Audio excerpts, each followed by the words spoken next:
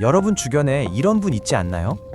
아무 말도 안 했는데 분위기를 먼저 읽고 상대방이 힘들다는 걸 본인조차 모르는 상태에서 먼저 알아채는 사람. 어릴 때부터 유독 눈치가 빠르고 사람 많은 자리에서 왠지 늘 긴장이 풀리지 않는 사람.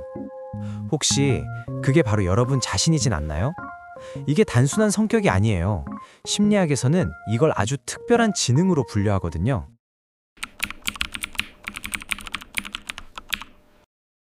트라우마 지능이라는 개념 들어보셨나요? 말 그대로 상처를 통해 발달한 지능이에요. 보통 지능이라고 하면 IQ나 학업 성취를 먼저 떠올리는데 트라우마 지능은 완전히 다른 방식으로 작동해요.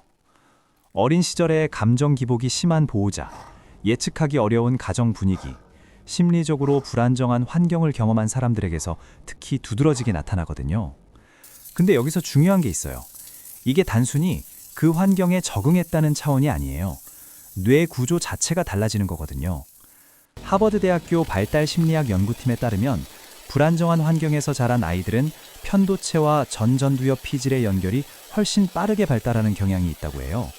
편도체는 위험 신호를 감지하는 뇌의 경보 장치이고 전전두엽은 그 신호를 해석하고 행동을 결정하는 사령탑이에요. 이 두 부위가 일찍부터 집중적으로 훈련된 거예요.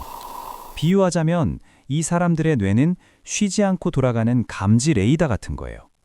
타인의 표정, 목소리 톤, 침묵의 질감까지 끊임없이 분석하는 거죠. 외부에서 보면 그냥 눈치 빠른 사람처럼 보이지만 사실 그건 생존을 위해 갈고 닦아진 능력이에요. 우리나라에는 눈치라는 단어가 있잖아요. 영어로는 딱 맞는 번역이 없어서 외국에서도 그냥 눈치로 쓸 정도예요.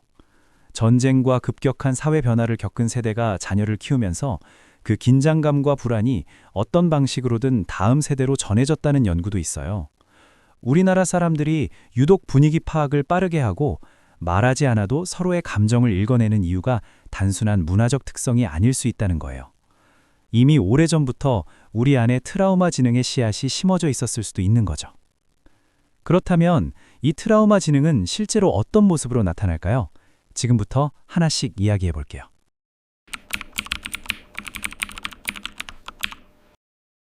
어떤 공간에 들어섰을 때 아무도 말하지 않았는데 뭔가 이상하다는 느낌이 드신 적 있나요? 누군가 방금 싸웠다는 걸, 혹은 이 자리에 숨겨진 긴장이 흐른다는 걸 본능적으로 포착하는 거예요. 이게 트라우마 지능을 가진 사람들에게 굉장히 흔하게 나타나는 패턴이에요. 심리학에서는 이걸 비언어적 신호 감지 능력이라고 부르는데 1초도 안 되는 사이에 스치는 표정, 미세하게 달라지는 어깨의 각도, 목소리에 섞인 긴장감 같은 것들을 무의식적으로 수집하는 거예요. 왜냐하면 어린 시절에 그 신호들을 빠르게 읽는 게 곧 안전이었기 때문이거든요. 그리고 이 능력은 공간에서 그치지 않아요. 사람에게도 그대로 적용돼요. 저 사람 지금 힘들구나 라는 걸 상대방이 말하기도 전에 아는 거예요. 심지어 상대방 본인이 아직 그걸 인식하지 못한 상태인데도요. 심리학자들은 이 현상을 과잉 공감이라고 부르는데 단순히 공감 능력이 높은 게 아니라 타인의 내면 상태를 거의 실시간으로 추적하는 수준이에요. 보호자의 기분 변화에 민감하게 반응해야 했던 어린 시절의 경험이 뇌 깊숙이 새겨진 거예요. 엄마 오늘 기분이 어떤지, 아빠가 지금 화가 나 있는지, 이걸 계속 읽어야 했던 아이는 나중에 어른이 되어서도 그 레이더를 끄지 못하는 거예요. 놀라운 능력처럼 보이지만 사실은 꽤 지치는 일이기도 해요. 혹시 여러분도 사람들 사이에 있다 보면 자기도 모르게 긴장하고 집에 돌아오면 이유 없이 탈진하는 느낌을 받은 적 있나요? 그게 단순히 내성적이어서가 아닐 수 있어요. 뇌가 쉬지 않고 주변 모든 신호를 처리하고 있었던 거거든요. 그런데 여기서 반드시 알아야 할 게 있어요. 이 감지 능력이 가장 강력하게 빛나는 순간이 따로 있어요. 바로 모든 게 무너지는 위기 상황이에요.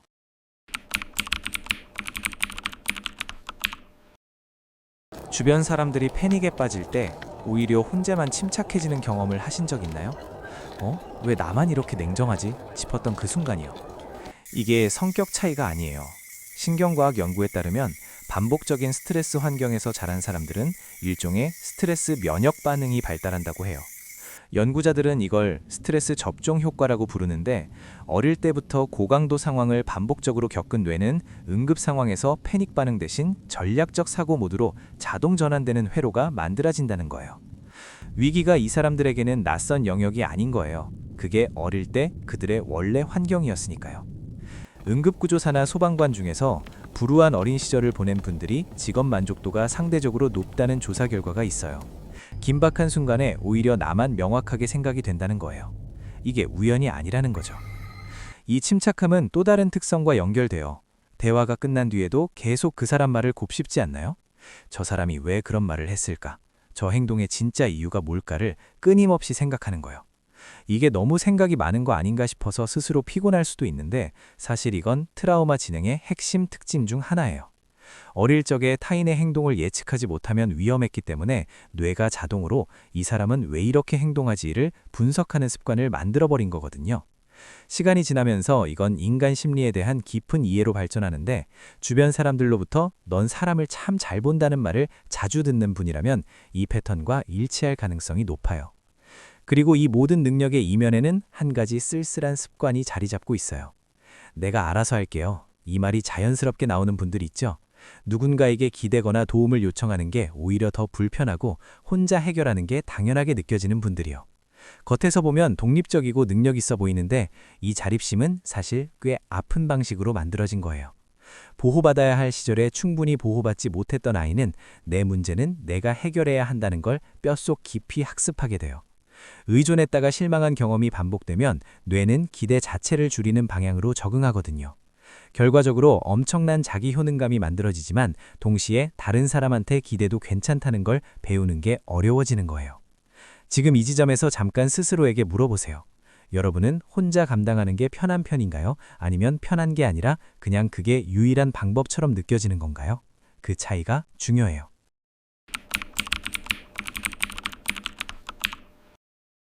트라우마 지능을 가진 사람들은 감정의 주파수 자체가 달라요. 음악을 듣다가 갑자기 눈물이 차오르거나 누군가의 친절에 예상보다 훨씬 크게 감동받은 경험 있지 않나요? 반대로 불의를 보면 단순한 불쾌함을 넘어서 신체적인 거부감까지 느끼거나요. 이건 편도체의 과활성화와 관련이 있어요. 반복적인 감정적 자극에 노출된 뇌는 감정 처리 회로의 민감도가 올라가거든요. 일반 사람들이 오라고 느끼는 자극을 이 사람들은 8이나 9로 받아들이는 거예요. 이게 예술적 감수성이나 깊은 공감력의 원천이 되기도 하지만, 동시에 일상적인 자극에도 쉽게 소진되는 이유가 되기도 해요. 너 왜 이렇게 예민해? 라는 말을 유독 자주 들어온 분들, 그게 단점이 아니에요. 뇌가 그만큼 세밀하게 조율되어 있다는 증거거든요. 이 깊은 감정은 관계에서도 그대로 드러나요.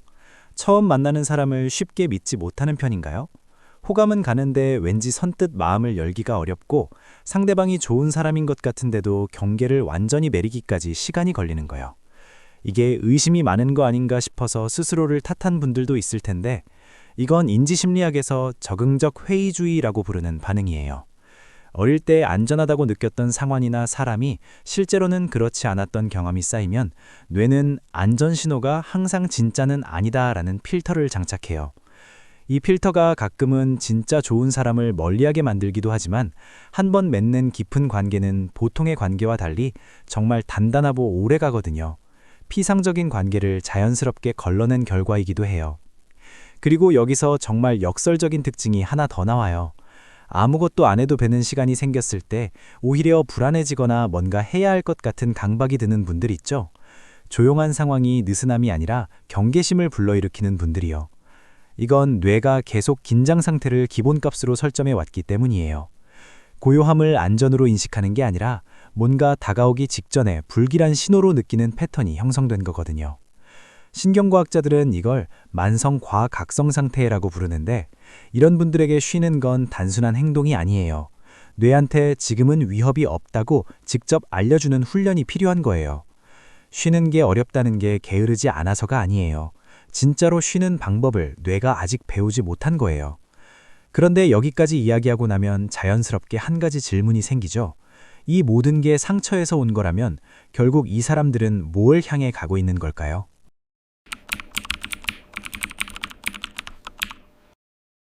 트라우마 지능을 가진 사람들은 유독 삶의 무게를 일찍 알아요. 이게 정말 중요한 건가? 나는 왜 이렇게 살고 있는 건가? 같은 질문들을 남들보다 훨씬 이른 나이에 붙잡게 되거든요. 이게 허무주의가 아니에요.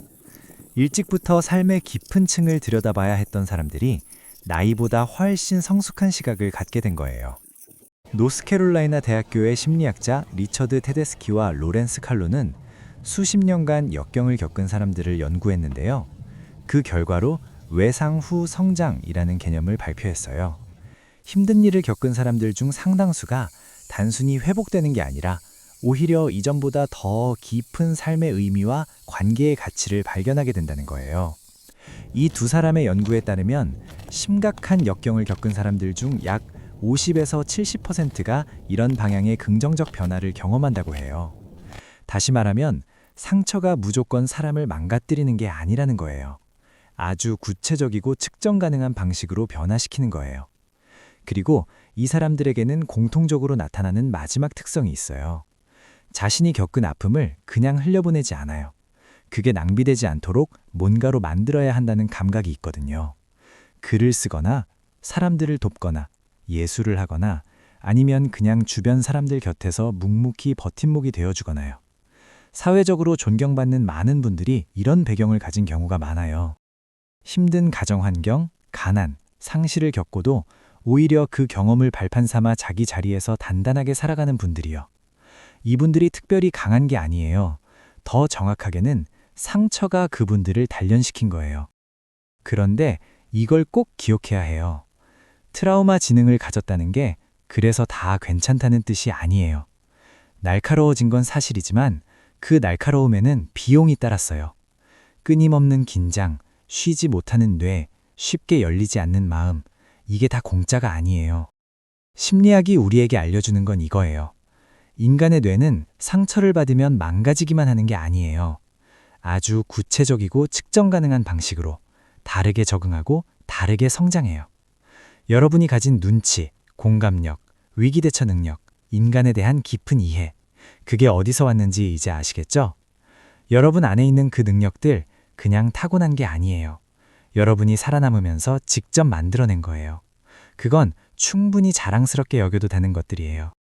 마지막으로 한 가지만 물어볼게요. 지금 여러분이 가진 그 감지 능력, 그 깊은 공감력, 그 위기 속의 침착함, 여러분은 그걸 지금 어디에 쓰고 있나요? 상처가 만들어준 지능을 이제는 스스로를 위해서도 써도 돼요. 이 내용이 공감되셨다면 구독과 좋아요도 부탁드립니다. 다음에도 일상 속 심리와 뇌과학 이야기로 돌아오겠습니다.